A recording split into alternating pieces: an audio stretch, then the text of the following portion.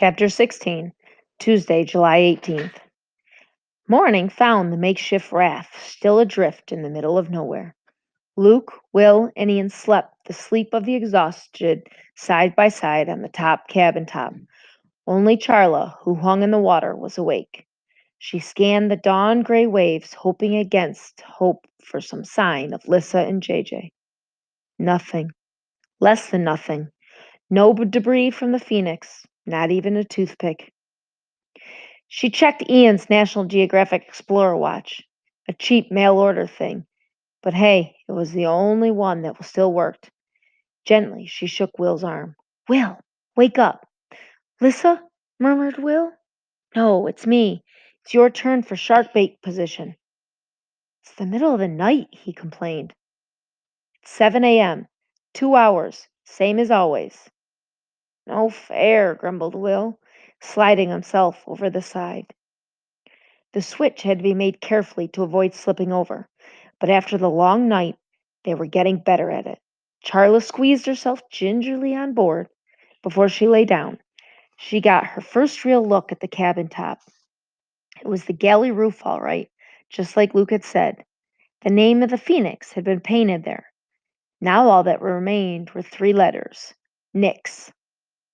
A rueful laugh escaped her lips. Luke opened a blurry eye. What? She pointed. We're the SS Nix. It figures, he groans. Come on, get some sleep. As the tropical sun rose higher and higher in the cloudless sky, sleep became difficult and finally impossible. Aboard, on board the Phoenix, the sails had provided comfortable shade.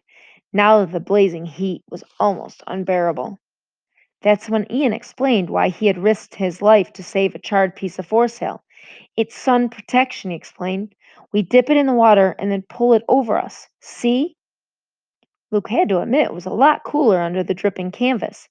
He repositioned the scrap of sail so it covered Charla, who was once again in the shark bait spot. What's the hat for? Asked Will. To collect rain, replied Ian. It's rubber, so it won't leak.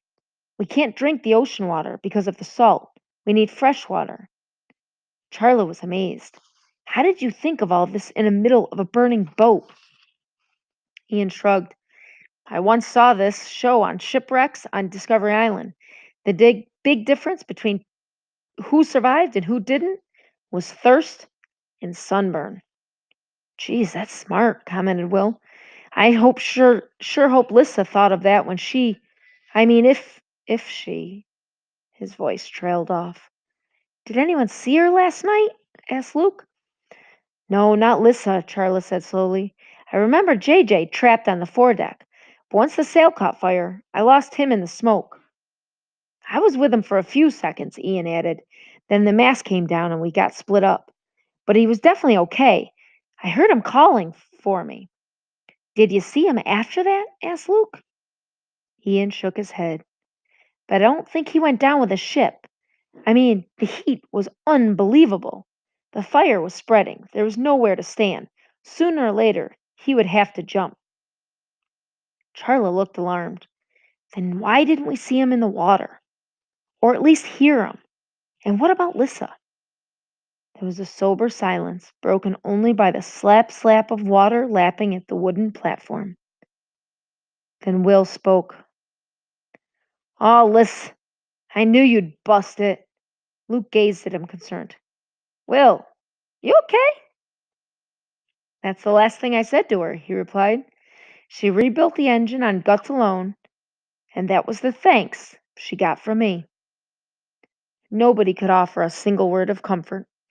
Will looked out over the miles of empty sea. Should have been an only child. How many times has he said that? How many more had he thought it? And now, if Lissa's okay, he vowed, I'll.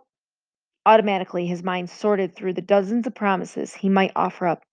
Suddenly, they all seemed meaningless, a collection of tacky New Year's resolutions. He finally settled on the one he feared he might not get the chance to make good on. If Lissa's okay, I'll never be mean to her again.